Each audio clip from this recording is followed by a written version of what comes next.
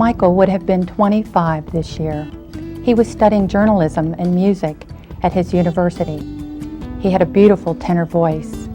He was just 19 when he died in a college dormitory fire. The fire that took Michael's life was preventable. You can help prevent fires at your school by following these simple but important safety tips.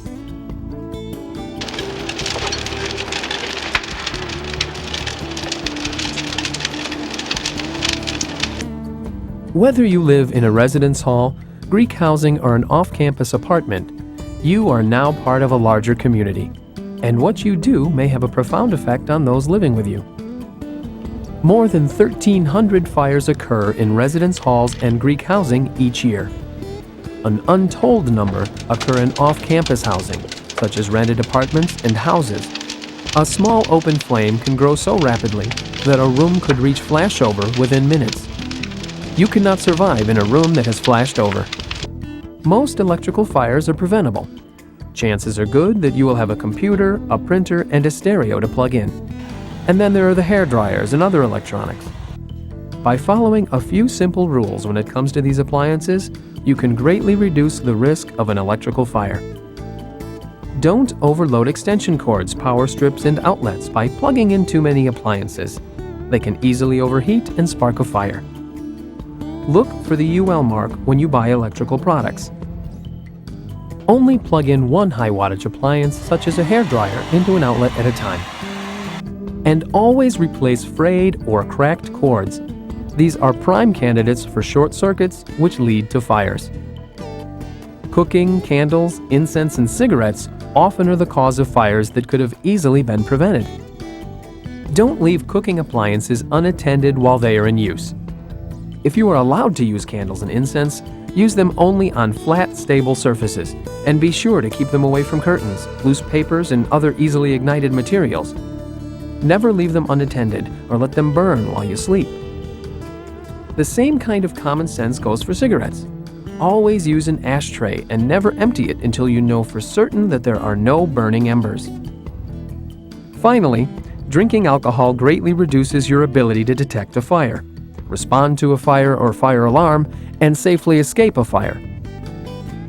Alcohol contributes to about 40% of residential fire-related deaths.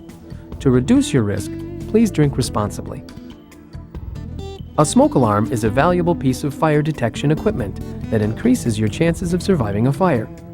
In order to ensure that they are working properly, do not tamper with or vandalize smoke alarms and never remove the batteries. A working automatic fire sprinkler system often means the difference between a fire that can be contained and one that cannot. Sprinklers can quickly control and even extinguish small fires. Hanging clothes or other items from sprinklers will hinder the water's ability to reach the flames. Familiarize yourself with the location of fire alarms and never pull a false alarm. It is against the law and ties up firefighters who may be needed at a real fire or medical emergency. Aside from that, false alarms create a general lack of concern towards the fire alarm, and people just stop leaving the building. At one major university, this apathy caused several students to make a fatal decision to ignore what they thought was a false alarm.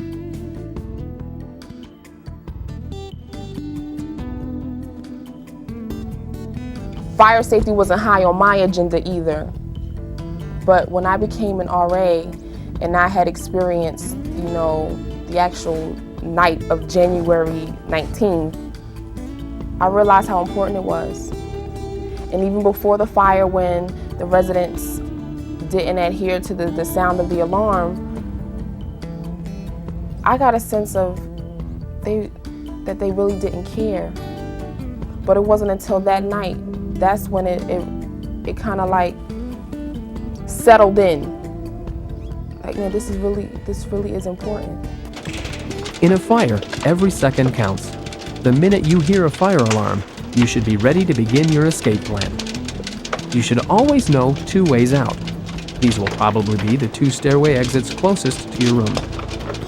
When the alarm sounds, try not to panic. Leave all your belongings, but take your room key. If there is too much smoke, don't try to move through it. Go back to your room, close the door, and call 911. Let them know you're trapped. You might be safer waiting there than trying to move through a smoke-filled corridor. From the moment you leave your room, it is important to close the doors behind you as you go. The hall and stairway doors are designed to close automatically to prevent fire and smoke from spreading to other parts of the building. If there is a lot of smoke, you may not be able to see very well. It is important that you know how many doors or landmarks are on the way to your exits. Count them when practicing your escape plan. Bicycles and other items stored in the hallway present an extra risk in an emergency. They can fall over, block the exit, and cause unnecessary confusion during an emergency. Having a plan before a fire starts could be the one thing that saves your life. Practicing it during evacuation drills will help you learn what you should do to survive if a real fire should occur.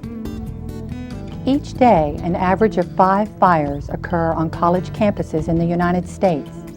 My name is Gail Minger, and my dear son Michael would have been 25 this year. By following these fire safety tips, you can help prevent fires and be prepared to get out if a fire does occur. Your life and the lives of your friends may depend on it.